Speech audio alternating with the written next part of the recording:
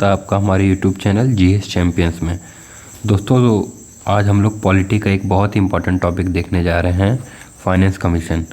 तो आपको बता दूं कि मैं अपने यूट्यूब चैनल पे एक सीरीज लाया हूं जिसमें मैं वही टॉपिक पढ़ाऊंगा जो एग्ज़ाम में बार बार पूछे जाते हैं या वो टॉपिक जो भी न्यूज़ में है। तो दोस्तों, मैं पहले अपना परिचय दे देता हूँ। मैं इस समय बैंक ऑफ इंडिया में एज ए पीओ पोस्ट पे काम कर रहा हूँ और मैंने पिछले साल एसएससी भी क्रैक किया था, पर मैंने ज्वाइन बैंक पीओ से किया है। तो चलिए बिना टाइम गंवाए स्टार्ट करते हैं। तो दोस्तों, जानते हैं कि फाइनेंस कमीशन हम कॉन्स्टिट्यूशन में किस आर्टिकल में दिया है, क्यों फाइनेंस कमीशन की ज़रूरत पड़ी और इसमें कितने मेंबर्स होते हैं, ये सब हम आगे जानेंगे। तो स्टार्ट करते हैं। तो दोस्तों, फाइनेंस कमीशन आर्टिकल 280 में दिया है। किसमें? 280 में। कितने साल के लिए होता है? तो दोस्तों जनरली 5 साल के लिए होता है। ठीक है दोस्तों, इसको 5 साल से ज़्यादा के लिए भी बनाया जा सकता है, पर जनरली 5 साल के लिए होता है। इसमें एक चेयरमैन और 4 मेंबर्स होते हैं, मतलब टोटल 5 लोग होते हैं। उसमें एक चेयरमैन रहेगा, बाकी 4 लोग मेंबर रहेंगे। और सबसे इम्पोर्टेंट बात कि क्वालिफिकेशन कौन डिसाइड करता है? तो दोस्तों, क्वालिफिकेशन पार्लियामेंट डिसाइड करती है। अब एग्ज़ाम में यहीं पे क्वेश्चन आ जाएगा, 4 ऑप्शन दे देगा कि qualification of finance commission members are decided by, A में प्रेसिडेंट डाल देगा, फिर पार्लियामेंट, फिर प्राइम मिनिस्टर, ठीक है, फिर कैबिनेट, ऐसे करके 4 ऑप्शन बना देगा। तो ध्यान रखिएगा कि इसका आंसर होगा पार्लियामेंट। कौन बनाता है? पार्लियामेंट। अच्छा, अब देखते हैं कि इसका काम क्या होता है। तो दोस्तों, काम क्या है कि गवर्नमेंट, आप जानते हैं कि स्टेट गवर्नमेंट हमसे टैक्स लेती है, ठीक है, यूनियन गवर्नमेंट भी टैक्स लेती है। जो टैक्स का पैसा होता है उसको कैसे बांटना है? देखिए, यूपी गवर्नमेंट अगर टैक्स ले रही है तो यूपी की गवर्नमेंट टैक्स ले रही है, यूपी पे ही खर्च करेगी। स्टेट गवर्नमेंट के जो टैक्स होते हैं वो बहुत सॉर्टेड होते हैं, कहाँ खर्च होंगे। जैसे मैं यहाँ लिख के बताता हूँ, मान लीजिए यूपी गवर्नमेंट ने टैक्स लिया, ठीक है, तो कहाँ खर्च होगा? वो है यूपी पे। अगर 100 रुपये कमाए तो 100 रुपये यूपी पे खर्च करेगी, जाहिर सी बात है।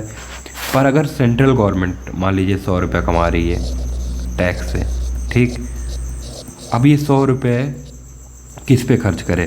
कौन डिसाइड करेगा? 100 में कितना यूपी को देना है, कितना बिहार को देना है, कितना तमिलनाडु को देना है, यह कौन डिसाइड करेगा? किस फॉर्मूले पे डिसाइड होगा? तो इसके लिए फाइनेंस कमीशन है। तो ये क्या करता है? ध्यान रखने की बात है, जो नेट प्रोसीड्स है,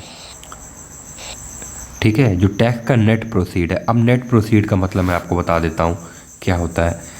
जैसे मान लीजिए कि गवर्नमेंट ने 100 रुपये टैक्स पे कमाए, ठीक है, यहाँ पे हम सारा चीज़ 100 रुपये मान के चलेंगे कि 100 पे।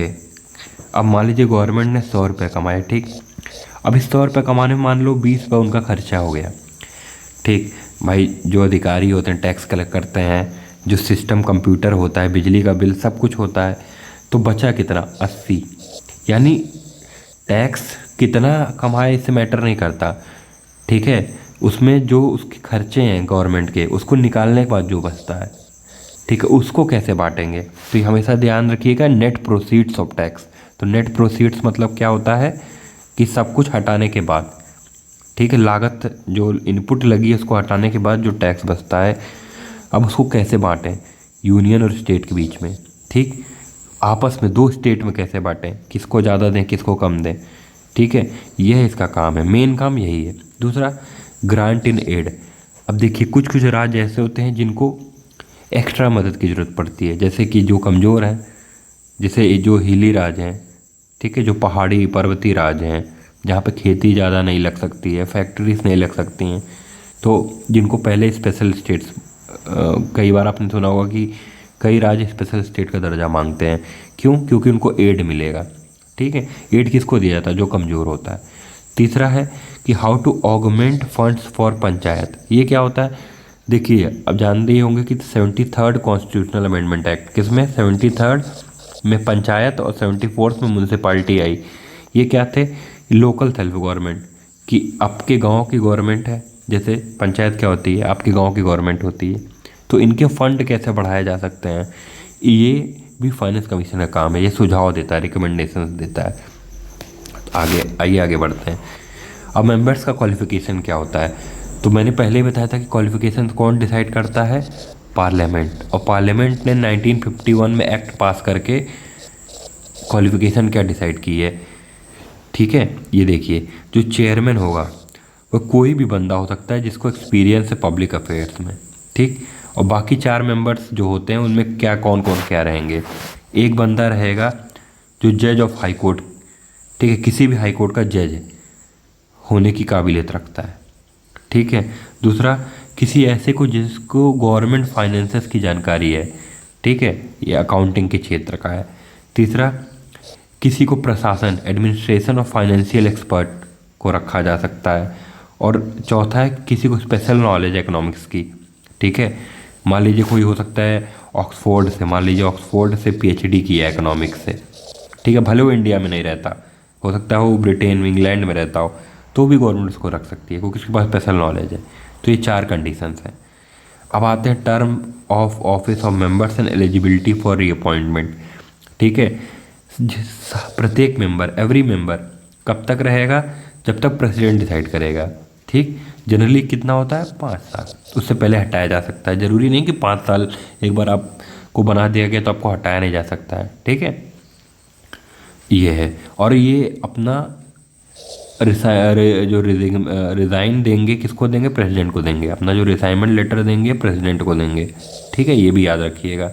और इनको रीअपॉइंटमेंट दिया जा सकता है। ठीक है, मतलब एक बार अगर इनको बना दिया गया मेंबर तो अगली बार भी इनको बनाया जा सकता है, इसमें कोई रोक टोक नहीं।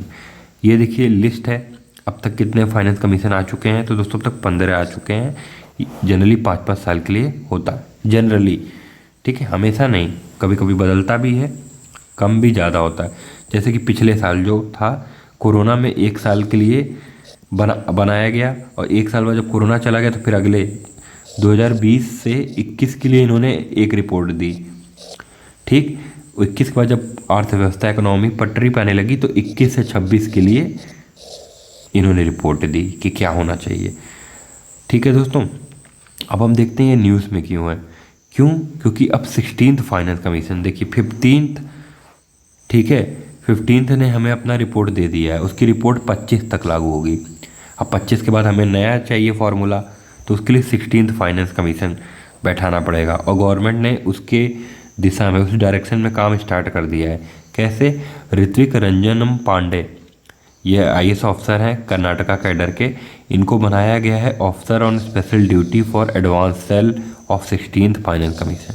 ठीक है, ये आपको नाम इतना याद नहीं रखना, बस ये याद रखना कि गवर्नमेंट ने स्टार्ट कर दिया है। ठीक है दोस्तों, और एक चीज़ मैं बता देता हूँ कि 14th फाइनेंस कमीशन में क्या था, बताया गया था कि 42% जो सेंटर का पैसा है, टैक्स का पैसा है, उसका 42% स्टेट्स को दीजिए।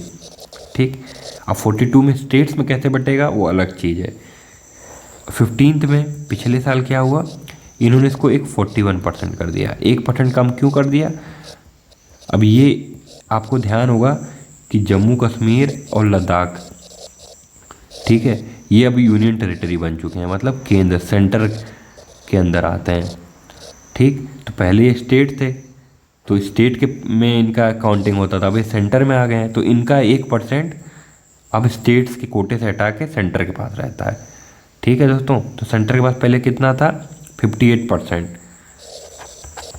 अब कितना रहे है इस 5 साल में, 59%। 1% ज़्यादा क्यों दिया गया, जम्मू कश्मीर और लद्दाख की वजह से। तो दोस्तों हमारा टॉपिक यहीं समाप्त हुआ, और आपसे क्वेश्चन पूछता हूँ, उसका आंसर कमेंट बॉक्स में दीजिए। Grant in aid, grant in aid किस आर्टिकल में है, इसको आपको बताना है। कोई भी डाउट हो तो कमेंट बॉक्स में करके पूछ सकते हैं। बहुत बहुत